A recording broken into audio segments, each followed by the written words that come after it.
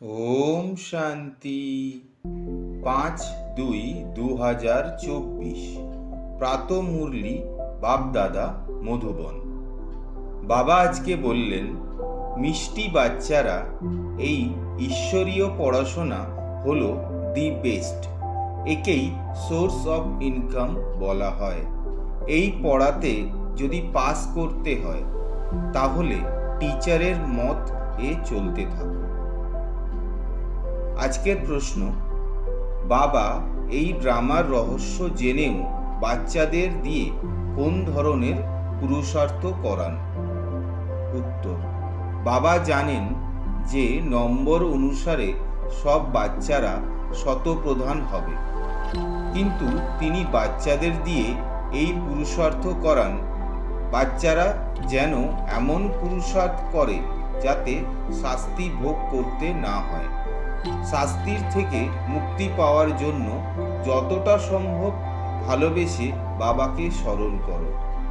চলতে ফিরতে, উঠতে বসতে যদি স্মরণে থাকে তাহলে অনেক খুশিতে থাকবে। আত্মা তমপ্রধান থেকে শতপ্রধান হয়ে যাবে। ওম শান্তি।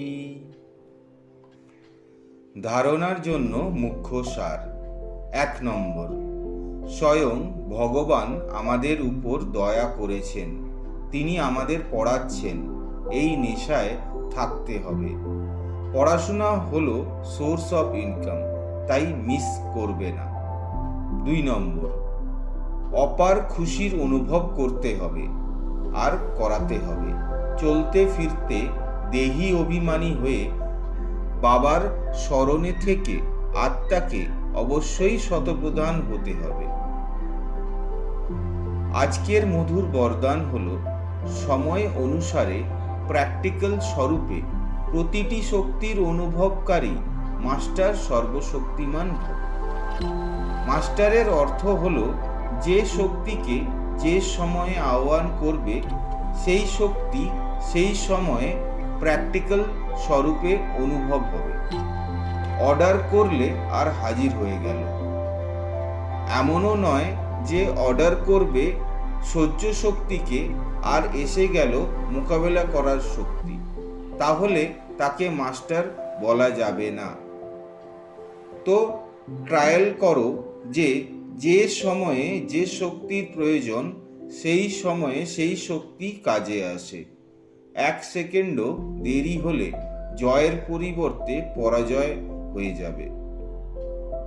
স্লোগান, বুদ্ধিতে যত যত ঈশ্বরীয় নেশা থাকবে, কর্মে ততই নম্রতা আসবে। শুক্রিয়া বাবা। ওম শান্তি।